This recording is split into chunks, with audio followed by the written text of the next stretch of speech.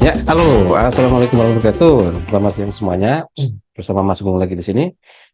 Oke, jadi inilah video kedua lanjutan dari video yang kemarin yang membahas mengenai cancer dan glutathione. Jadi saya banyak menerima japri, ya, menanyakan apa lanjutan video keduanya.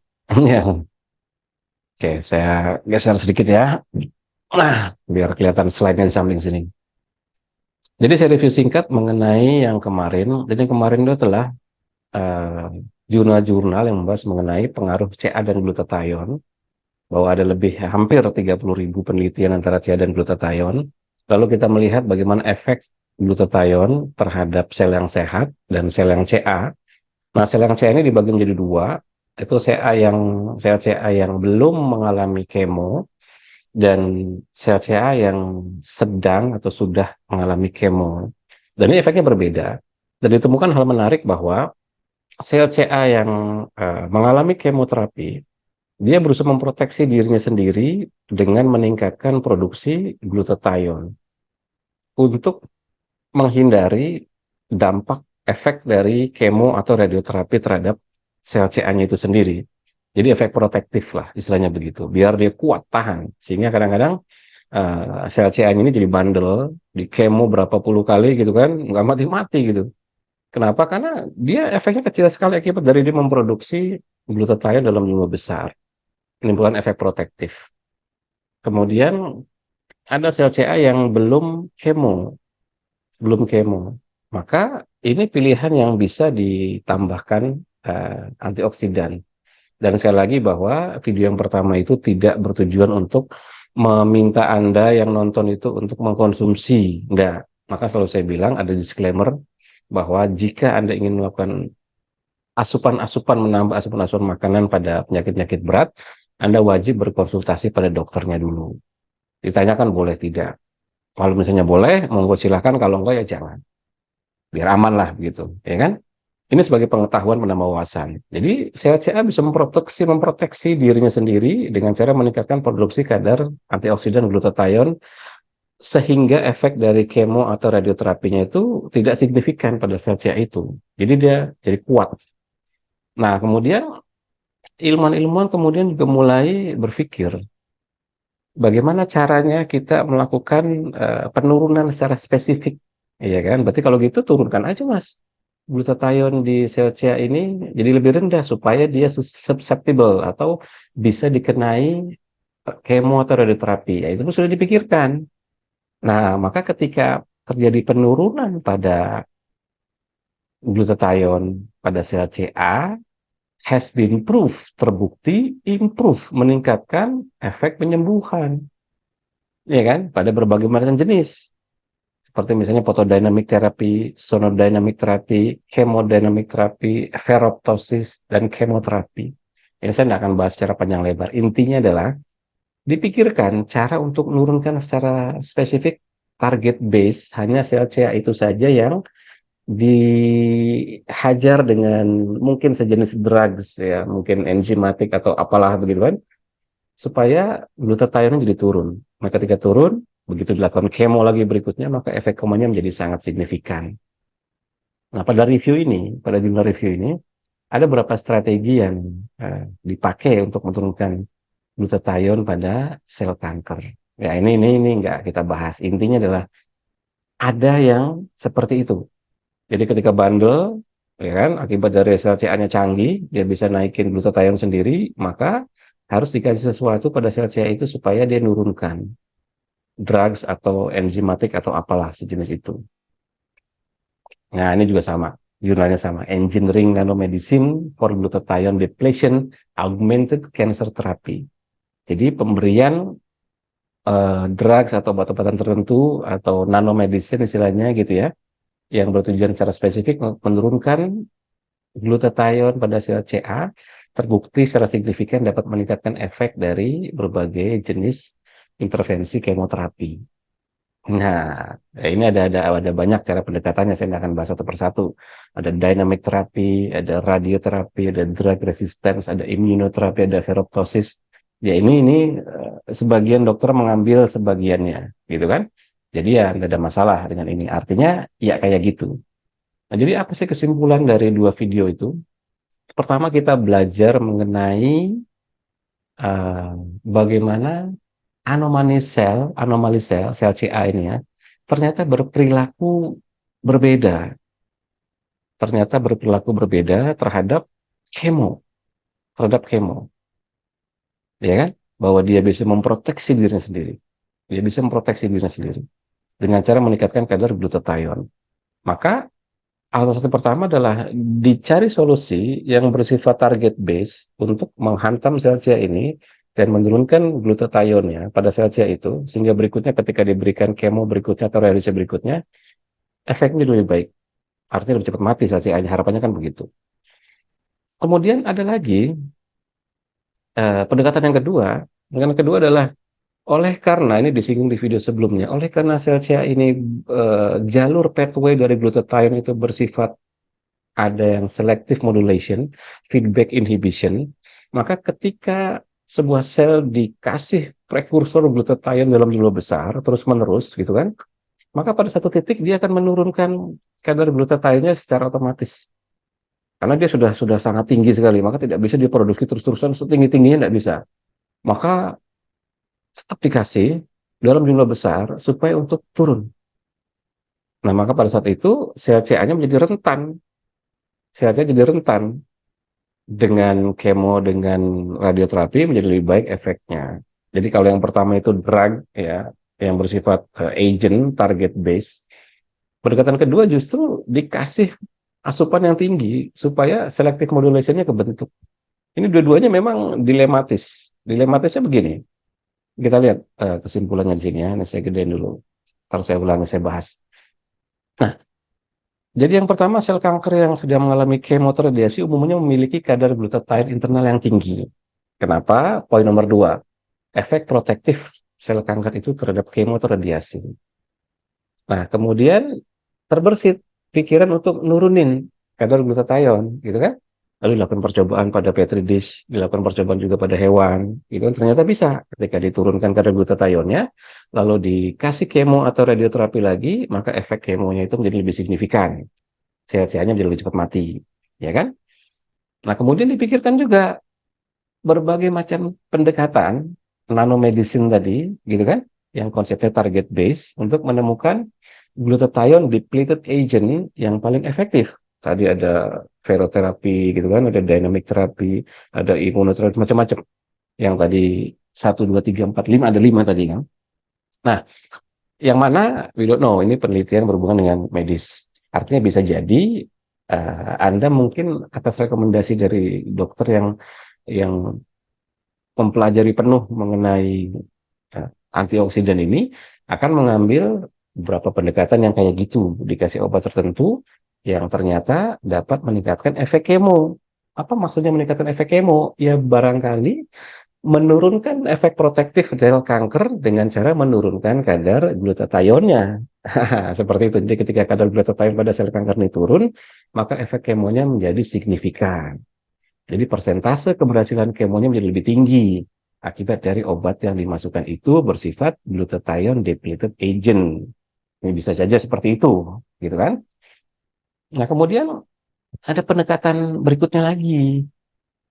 Kalau misalnya sifatnya tidak target base, bagaimana?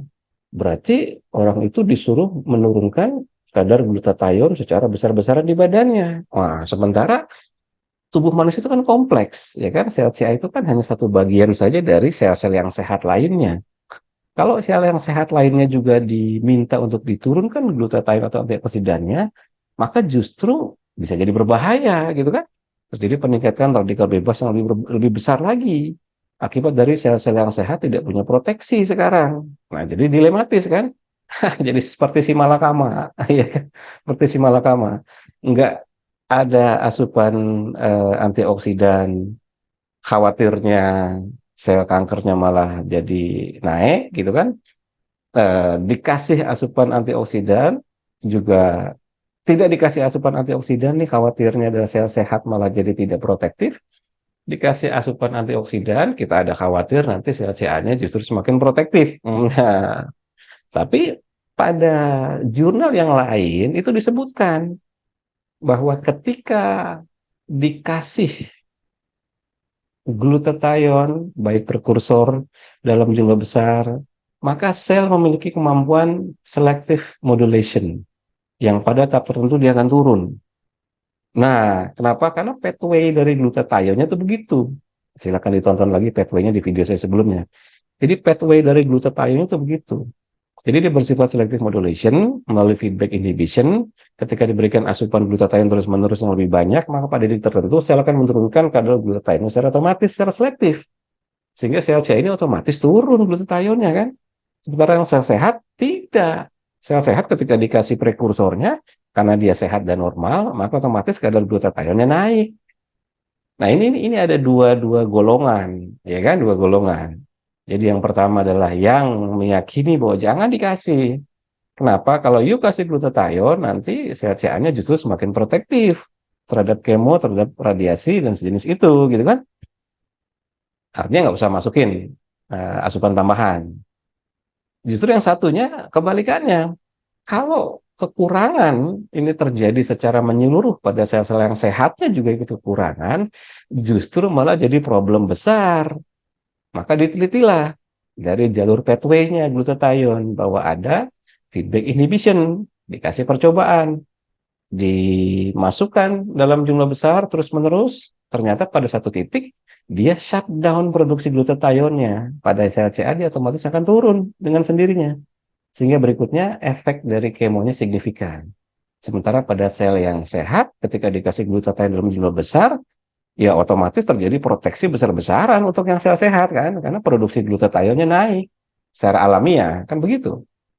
Nah ini, jadi dua golongan ini menarik. Dua golongan ini menarik. Nah jadi ketika saya ditanya pada saat itu, ini saya pernah diskusi juga dengan beberapa dokter gitu kan, diskusi santai lah. Saya bilang saya memilih pendekatan kedua. Saya memilih pendekatan kedua. Kenapa? Ya, selective modulation ini menurut saya canggih sekali. Karena saya meyakini sel kita punya kemampuan seperti itu. Sel kita punya kemampuan seperti itu. Jadi pathway-nya memungkinkan untuk ketika dikasih terus-menerus, dia pada satu titik akan turun terjun bebas. Tapi sel sehatnya tidak. Sel sehatnya tetap tetap tinggi, hanya dia jaga di situ aja nilainya. Dia jaga di situ aja nilainya. Maka pada penelitian yang berhubungan dengan olah napas dan glutathione itu, ada studi di mana orang-orang yang rajin latihan itu kadar glutatinya tinggi terus. Ya, dia tinggi terus. Latihan dibandingkan sampai nggak pernah latihan, tinggi terus. Dia terjaga. Berarti kan dia latihannya terus. Setiap hari, every single day, berminggu-minggu, berbulan-bulan, bertahun-tahun. Ya dia stay tinggi terus untuk selang sehatnya itu. Dan ada masalah. Berarti ini menurut saya pribadi ya, ini konsep yang menarik begitu. Maka saya memasukkan latihan glutathione ini pada mereka yang privat-privat CA begitu. Latihan untuk apa namanya, ya satu hari sekali lah. Karena kalau di UM gitu saya membagi latihan menjadi empat fase waktu, pagi, siang, sore, malam. Yang penting nggak direnteng. Jadi misalnya paginya latihan glutathione, siangnya latihan yang lain, sorenya latihan yang lain, malamnya latihan lain boleh. Tapi nggak direnteng. Misalnya latihan A, sambung latihan glutathione, sambung nggak direnteng. Kasih jeda waktu saja. Atau misalnya bisanya siangnya, atau bisanya sorenya, atau bisanya malamnya. Begitu. Dan hasilnya signifikan. Hasilnya signifikan. Dan termasuk saya pun begitu. Saya secara pribadi selalu menyempatkan diri untuk latihan olah napas untuk glutathione. Karena jurnalnya seperti itu. Jadi ketika pada titik tertentu kita produksi lagi terus-terus, tidak apa-apa. Untuk sel sehat itu dia tetap akan terjaga tinggi, tapi memang tidak bisa lebih tinggi lagi. Dia akan tetap stay di situ. Dan dia akan turun, nanti naik lagi, turun, naik lagi. Tapi kalau justru pada sel CA, salah satu pathway dari glutathione yang bersifat feedback inhibition ini malah membantu untuk menurunkan tanpa harus mengkonsumsi drugs atau obat. Ini hipotesanya seperti itu. Nah, maka ketika saya ngobrol sama teman-teman dokter itu, saya bilang saya memilih yang kedua. Saya memilih yang kedua. Artinya, ya udah, tingkatkan saja dengan cara yang diyakini. Yang jelas, olah napas ini karena bukan suplemen, dan saya tidak menyuruh untuk mengkonsumsi suplemen, saya hanya kasih perbandingan saja, bahwa kalau Anda duitnya cukup, gitu kan, mampu beli suplemen, maka angkanya sekian. Setiap bulannya menghabiskan sekian juta, gitu kan. Jadi kalau pengen setahun, ya berarti kalikan saja. Sementara 20-an lah kurang lebih begitu. Kalau kuat. Tapi yang kedua, jangan lupa setiap suplemen yang dikonsumsi pada penderita sakit berat, Anda wajib berkonsultasi dulu dengan dokternya. Nggak boleh langsung main gelak-gelak gitu. Konsultasi dulu, boleh nggak? Kalau boleh, monggo silakan. Ini adalah penambah wawasan. Penambah wawasan. Dan karena sudut pandang di OMG ini bukan menawarkan suplemen atau menawarkan herbal atau apa, bukan. Kita menawarkan solusi olah napas yang lebih natural. Yang lebih natural gitu kan. Yang ya dijadikan latihan harian tuh nothing tulus lah. Iya kan, nothing tulus. Karena endogenous, dibentuk secara eh, normal alamiah. Ya sama kayak begini. Saya kasih analogi begini. Bahwa seiring perjalanan waktu, nitrik oxide di badan manusia itu akan menurun. Seiring perjalanan waktu berarti aging ya. Seiring menua, nitrik oxide di badan manusia akan turun. Sekian puluh persen pada usia tertentu. Berarti harus dilakukan upaya untuk menaikkan produksi nitrik oxide. Ya kan? Upayanya apa? Ya terserah, bisa lewat makanan, ya kan? Berarti harus memakan makanan yang mengandung banyak nitrik oxide. Kemudian bisa lewat suplemen, ya kan? Berarti harus mencari suplemen yang bisa meningkatkan produksi nitrik oxide. Lalu ternyata bisa juga lewat olah napas. Dengan teknik olah napas tertentu, produksi nitrik oxide bisa dinaikkan 15 sampai 20 kali lipat dari biasanya. Ya udah, maka secara logis kita berpikir ya jadikan saja olah napas sebagai latihan harian. Kan begitu. Sama juga kayak ilustrasinya, oke, gimana cara naikin vitamin D3? Ya bisa berbagai macam. Berjemur mas, boleh, nggak ada masalah. Berarti harus kuasai dulu ilmu berjemur. Ilmu berjemur itu berarti jam-jamnya harus tahu gitu kan. Dukungan jurnalnya untuk yang jam-jam tertentu tuh hasilnya bagaimana. Kita bersepakat dengan jam yang pagi atau kita bersepakat dengan jam yang sedikit siang gitu kan. Atau kita bersepakat dengan jam yang sedikit sore gitu kan. Ya itu kita bersepakat dulu. Kemudian yang kedua adalah, oke, lewat asupan makanan naikin vitamin D3. Iya bisa. Misalnya salmon sekilo. Salmon sekilo bisa mas, ya bisa, tapi masalahnya duitnya cukup nggak untuk beli salmon sekilo sekian periode waktu tertentu gitu kan, supaya bisa naikin kadar D3. Atau alternatif berikutnya adalah suplemen. Suplemen lebih murah, pilih yang asli dan seterusnya. Ini hanya masalah pilihan saja. Jadi artinya dari sekian banyak pengetahuan yang berseliweran di internet, difilter dulu. Nah, maka tujuannya video ini mengedukasi, bukan nyuruh nyuruh peserta atau nyuruh yang baca untuk beli suplemen. Nah, ini mengedukasi bahwa summary-nya ini ya. Nah, ada sel kanker yang belum dilakukan kemo, ada sel kanker yang sudah dilakukan kemo. Dan jurnalnya bilang, pada sel kanker yang sedang mengalami kemo, ternyata dia umumnya memiliki kadar glutathione yang tinggi. Kenapa? Kan pertanyaannya, kenapa kok dia kayak gitu? Karena sel kanker berusaha memproteksi diri dari serangan kemo itu. Dia proteksi, maka dia naikkan. Ya kan? Akhirnya kemudian orang berpikir lagi, kalau gitu turun dong. Nah, turunnya bagaimana? Wah, dilakukan penelitian. Coba tes, kita taruh sel kanker di petri dish, di cawan. Kurangi kadar glutathione dengan drug tertentu, lalu kemo. Mati, lebih cepat. Efeknya lebih bagus pada kemonya. Oke, berarti pada hewan, pada sel yang di luar tubuh manusia. Bagaimana kalau di dalam? Nah, gitu kan. Berarti orang berpikir lagi, melakukan percobaan lagi kan. Oh, ternyata ya ketika dilakukan, ini pilihannya adalah gimana cara memaksa menurunkan secara spesifik, berarti harus dicari obat yang sifatnya target base. Ya kan, obat yang sifatnya target base. Kalau sudah berhasil, maka dia bisa meningkatkan efek dari kemoterapi. Nah, kemudian ada lagi penelitian lagi yang berbeda. Dicari tahu lagi pathway-nya glutathione-nya. Oke, dia selective modulation. Berarti artinya kalau dimasukkan terus-menerus, ya kan, lewat prekursor atau glutathione itu sendiri, maka pada satu titik dia akan turun, sehingga efek dari kemo bisa lebih baik. Justru dengan dikasih tambahan.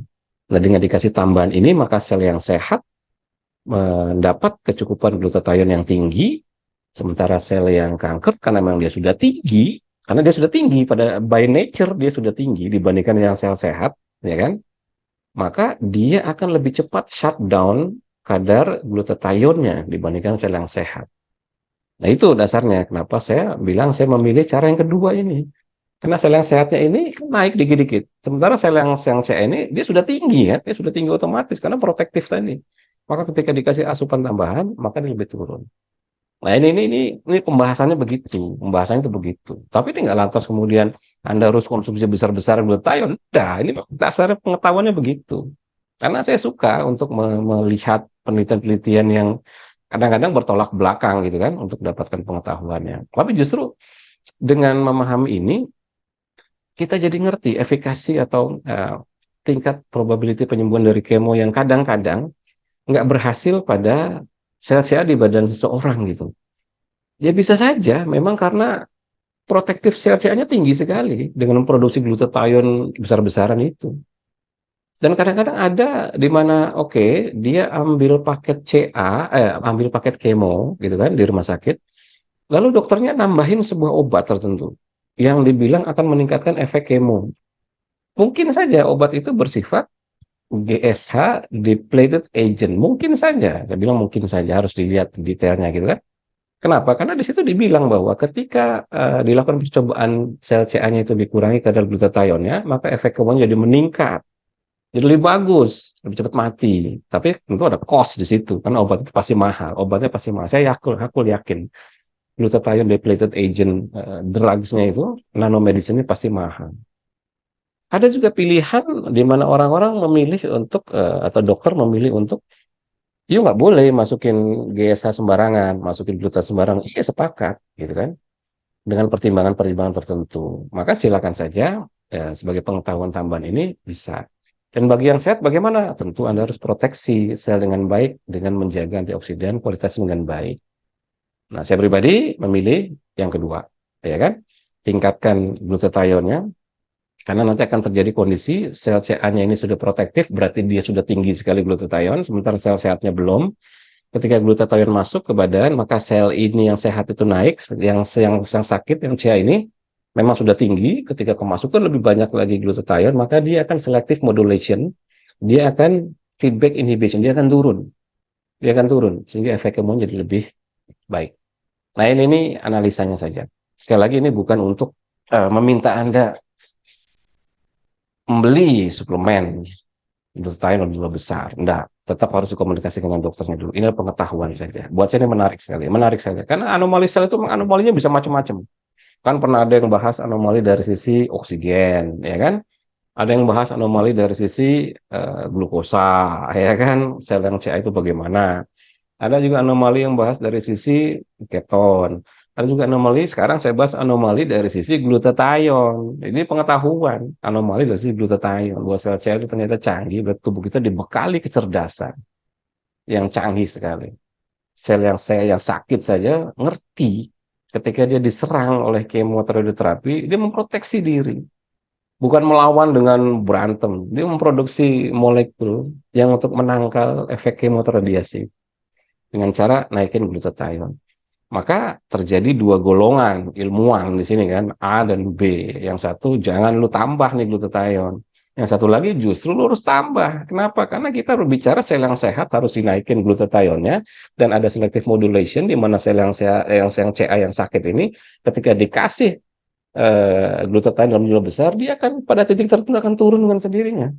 Sehingga sel yang sehat ini tetap tinggi glutathione-nya, sel yang sakit justru makin rendah. Ya ini pilihan saja. Sebagai pengetahuan, sekali lagi sebagai pengetahuan.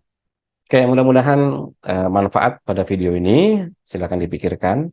Terima kasih. Assalamualaikum warahmatullahi wabarakatuh. Sampai ketemu di bahas jurnal yang akan datang.